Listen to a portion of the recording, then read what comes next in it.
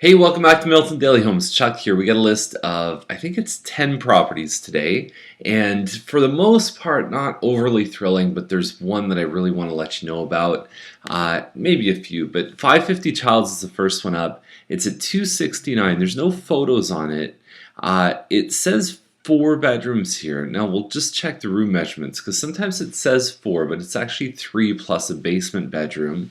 Possession is February 1st, 2013. So when we see a date like that, we know that it has some importance to the seller. So when we look, yeah, so rec room in the basement, 3-piece bath. It looks like there's 4 bedrooms on the top floor, which is really good. The last 4-bedroom condo townhouse was right around this price, and so you've got a remodeled kitchen with cupboards and cabinet space, all nice stuff. You've got usually a walkout basement on these. There haven't been many sales in here. In this complex in 550 Childs, there was one in 2011, one in 2012, and the one in 2012 was in the 260s. It was an end unit, but I think these guys should do okay. I think there's a lot of benefit with some of the things in here, and that extra 4th bedroom can be a real win for people looking at these townhomes because it's probably the cheapest 4-bedroom home in terms of carrying costs out there today. Now, Deverell is at 309. And so we've got a 1050 square foot home. It feels bigger than that, but it's basically a smaller 2-bedroom townhouse. Living and dining, so there's the dining with the breakfast bar beside, and you get upstairs, you've got a decent sized master, and the pictures kind of flip around a bit, but overall I would say this one's good value. I mean, this is what they were selling for last year, so these homes, I've talked about this in Daily Homes, they kind of go through a peak and valley cycle where one good sale can really establish a high point, and then one bad sale can really knock them down for 3 or 4 months. So I think they're in low tide right now. I think they're in a position where if you scoop this one up, the next round of wave might be turning itself up, but they've been depressed for a little while, so they're due for a good sale. This one on Prosser is at 329, and they're not going to sell it at 329. It's the same model as the other one, so how are they $20,000 better? They don't have as good a flooring in basically the second floor, the main level.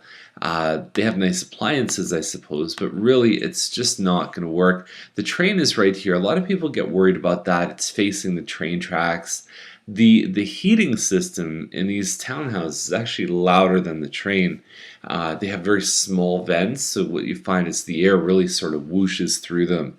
So it's not a big deal generally being in front of the train tracks. You do hear it more on the 3rd story because now you're above the berm a little bit. So the berm is the sloping land that actually blocks some of the sound. And so right on the top floor, you definitely notice it more. But yeah, they don't have a chance there. Black is 389. And so it's a nice floor plan. You walk sort of through the middle of the room and you've got your 2 entrances to the kitchen. That's basically your main floor is what you saw there. You can see the hallway coming down here. It's got a finished basement. It's got 3 bedrooms upstairs plus a little office nook, a loft. And the only other thing about this one is being that it's on the west side of Black, I believe that it's backing onto Thompson, and sometimes they can cleverly disguise that through photos.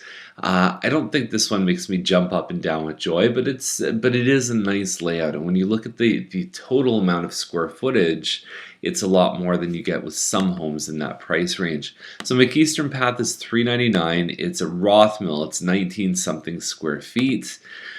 What I like about it, and they play into it a little bit in the description, is the fact that you have a main floor with a 4-piece bathroom, which can be a great office. It can be a great place for older relatives as well, especially some of them have a little built-in kitchenette. The rest of it's okay. That's probably a decent price. It doesn't have a backyard. They don't really show the back of it, but it's a double car garage with a big patio above.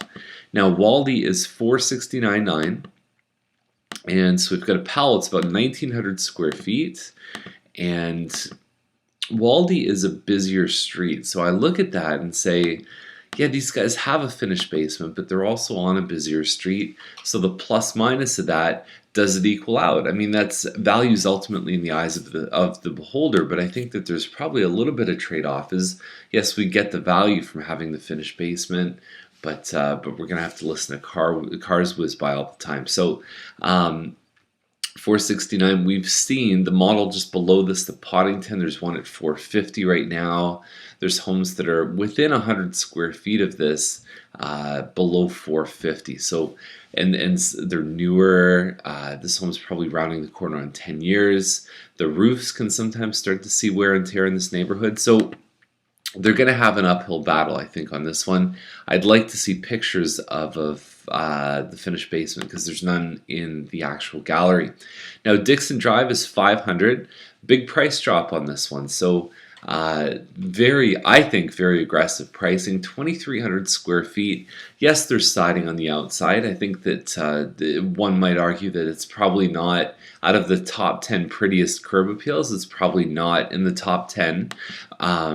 But the inside of the home, hardwood floors, granite counters, stainless steel appliances, that's the front office, or well, it's a living room basically. But I talk about this a lot, how having a separate living room and a separate dining room really opens up opportunities. You can have it as a living room if you want. You can have it as an office. You can have it as a hobby room, a kid's playroom. There's all kinds of stuff because the traditional living room is not something that most people need right now. So it could fulfill a lot of different uses. It's a great flex space. Okay, so upstairs you've got the master. You've got one of the bedrooms has hardwood, and it overlooks the forest as well.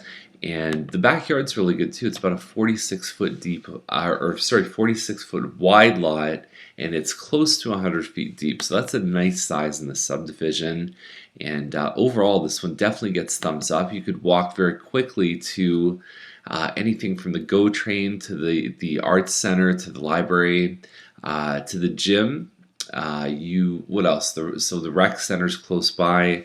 The movie theater, Boston Pizza, Home Depot, all within walking distance. So Lions Court is 529, and Lions is a nice little street, nice and quiet. It's not on the park side, it's on the other side. And so inside's got a lot of charm.